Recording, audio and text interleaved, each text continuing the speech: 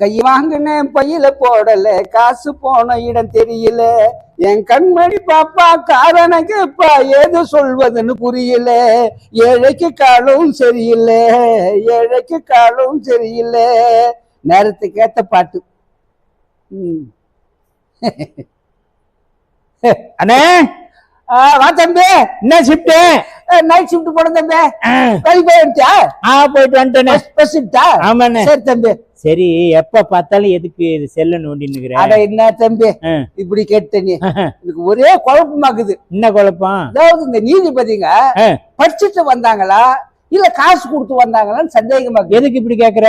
ஒரு நீதிபதி சனாதன முறையில தீர்ப்பு சொல்லணும்ன்றார். ஓ, அப்புறம் சட்டம்லாம் எதுக்கு, விசாரணை எதுக்கு? ஓ, இன்னொரு நீதிபதி என்ன சொல்றாரு, வேலை நிறுத்தமே தவறு, ஐயா அதனால்தான் தொழில் வளர்ச்சியே இல்லைன்றாரு. அண்ணே, அவருக்கு 6 மாசம் சம்பளம் கொடுக்கலன்னா தீர்ப்பு எப்படி சொல்லுவாரு? 6 மாசமா வாய்தாத்தான். வாய்தா இப்படி. சரி, ஞாபகம் வருது. வர 12ஆம் தேதி பிப்ரவரி 12 பொது வேலை நிறுத்தமாமே. ஆமா தம்பி, வர 12ஆம் தேதி இந்தியா முழுவதும் பொது வேலை நிறுத்தம். பொது வேலை நிறுத்தம். இது சரிப்பட்டு வருமா? முழுக்க முழுக்க இதான் தம்பி சரி. தொழிலாளர்களுடைய கடைசி ஆயுதமே வேலை நிறுத்தம் தான். ஓ, தொழிலாளியுடைய கடைசி ஆயுதம் வேலை நிறுத்தம் தான். சரி சரி, முழுக்க சரி தம்பி. ஒரு தொழிலாளர்களுடைய கடைசி ஆயுதமே வேலை நிறுத்தம் தான். எப்படி சொல்றீங்க தம்பி? எந்த முதலாளியாவது தொழிலாளி கேட்டவுடன் குடுத்துருவானா? அப்படி குடுத்துருக்கானா? இல்லையே. இல்ல. ஆனா அந்த முதலாளிகளுக்கு இந்த ஒன்றிய அரசு பல லட்சம் கோடி கடனை தள்ளுபடி பண்ணிருக்கு.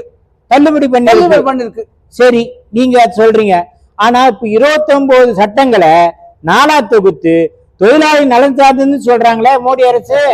கீச்சாங்க 29 நாளாக்கி தொழிலாளிய கடுப்பாக்கி வச்சுக்கிறாங்க. தொழிலாளி கடுப்பாக்கி வச்சிருக்காங்க. ஆனா இந்த தொழிலாளர்கள் போராட்டத்தால தொழிற்சாலைகள் மூடப்படுதுன்னு சொல்றாங்களே, அதெல்லாம் தவறான கண்ணோட்டம் தம்பி. அப்படி இல்லை. பல தொழிற்சாலைகள் மூடுறதுக்கு இந்த அரசாங்கத்தினுடைய தவறான கொள்கை தான். அந்த காலத்துல பல தொழிலாளர்கள் 8 மணி நேரம் வேலைக்காக தியாகம் பண்ணியிருக்காங்க, உயிர் தியாகம் பண்ணியிருக்காங்க. அப்படி போராட்டம் பெற்றது. ஓ, போராட்டம் பெற்றது. சரிண்ணே, இந்த சட்டம் வந்தா தொழிலாளிக்கு நலன் சார்ந்ததா இருக்குமா? இது தொழிலாளிக்கு நல்ல சட்டமா இது? தம்பி, இந்த சட்டம் வந்தா 8 மணி நேரம் பறி போகும். 8 மணி நேரம் வேலை 12 மணி நேரம் ஆகும். இதுக்கு மேலே ஆகும். பிஎஃப் இருக்காது.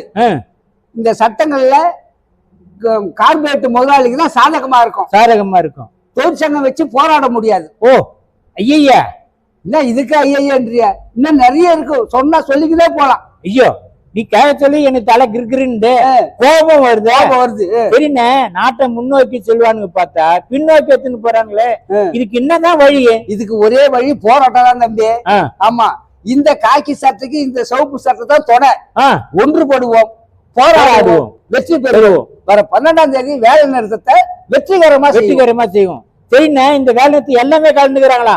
தொழிலாளி, விவசாயி, மாணவர், வாலிபர், மாதர், இவங்க எல்லாருமே கலந்துக்கிறாங்க. ஆமா, எல்லாரும் கலந்துக்கிறாங்க. சிறப்புன்னு இந்த வேலை நிறுத்தத்தை வெற்றி பெற செய்வோம்.